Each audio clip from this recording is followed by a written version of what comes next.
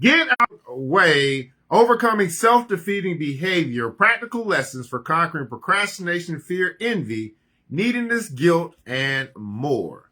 Taking things too personally. Taking things too personally. F. Scott Fitzgerald says this, and I quote, "It's not a slam at you when people are rude. It's a slam at the people they've met before." It's not a slam at you when people are rude. It's a slam at the people they've met before. Alexander Pope says this, and I quote, "At every trifle scorn to take offense."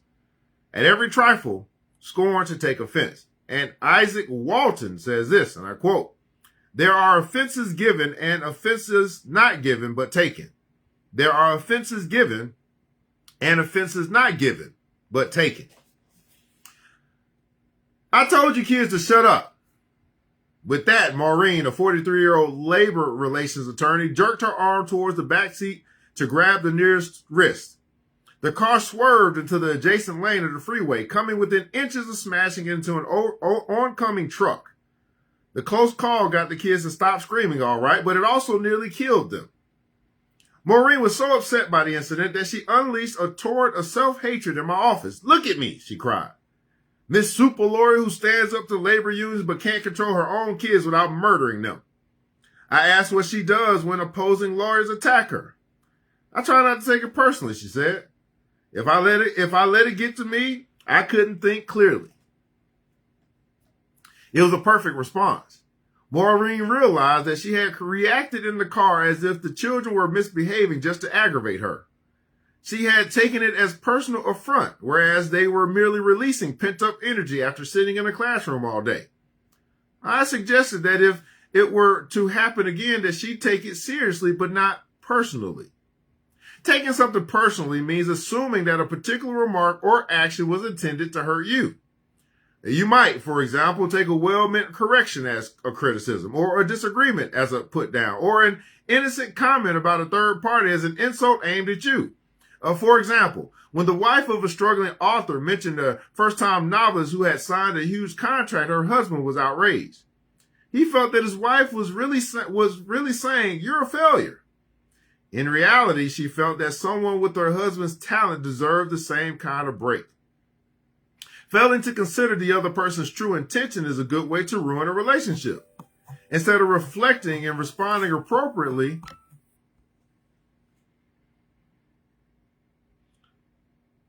you merely react, either retaliating or becoming defensive, sullen, or petulant. Such responses not only obscure the legitimate reasons for your concern, but poison the other person's response to your legitimate grievances. And when you realize what you've done, you end up feeling ashamed in the bargain. Taking things personally can be bad for business.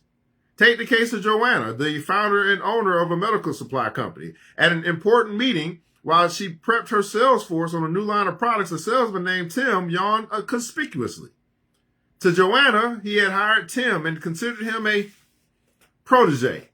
The yawn felt like a slap in the face, a public display of disrespect. She fired him on the spot.